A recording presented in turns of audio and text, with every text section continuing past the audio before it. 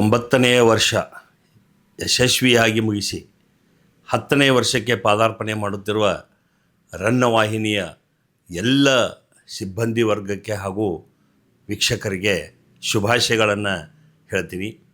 ಕರ್ನಾಟಕ ರಾಜ್ಯದಲ್ಲಿ ತನ್ನದೇ ಆದ ಸಾಂಸ್ಕೃತಿಕ ವಿದ್ಯಮಾನ, ಮನರಂಜನೆ ಹಾಗೂ ಎಲ್ಲ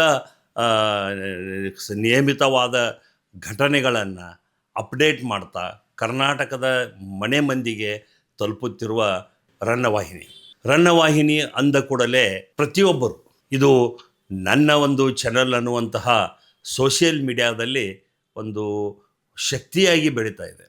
ಈ 9ನೇ ವರ್ಷ ಅಂದರೆ ಇಂದಿನ ಈ ದಿನಮಾನಗಳಲ್ಲಿ ಇಷ್ಟು ವರ್ಷ ಇಂತಹ ಒಂದು ಚಾನಲ್ಗಳನ್ನು ಹೋಗೋದು ಅಷ್ಟೇ ಧೈರ್ಯದ ಕೆಲಸ ಮತ್ತು ಕಷ್ಟದ ಕೆಲಸ ಅಂತ ಹೇಳಬಹುದು.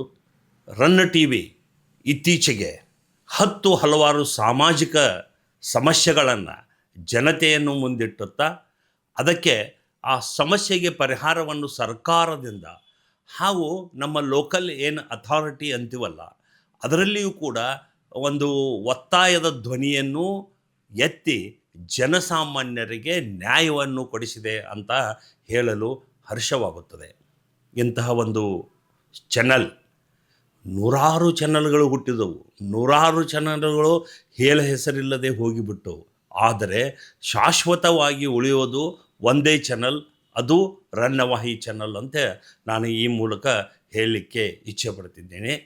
ಎಲ್ಲ ಕರ್ನಾಟಕದ ಜನತೆ ಈಗ ತಾವು ಕೊಟ್ಟಂತಹ ಒಂದು ಬೆಂಬಲವನ್ನು ಹಾಗೂ ಧೈರ್ಯವನ್ನು ರನ್ನವಾಹಿನಿಗೆ ಕೊಟ್ಟು ಮುನ್ನಡೆಸಬೇಕಂತೂ ಈ ಮೂಲಕ ನಾನು ಕೇಳಿಕೊಳ್ಳುತ್ತಿದ್ದೇನೆ. ಎಲ್ಲರಿಗೂ ಧನ್ಯವಾದಗಳು.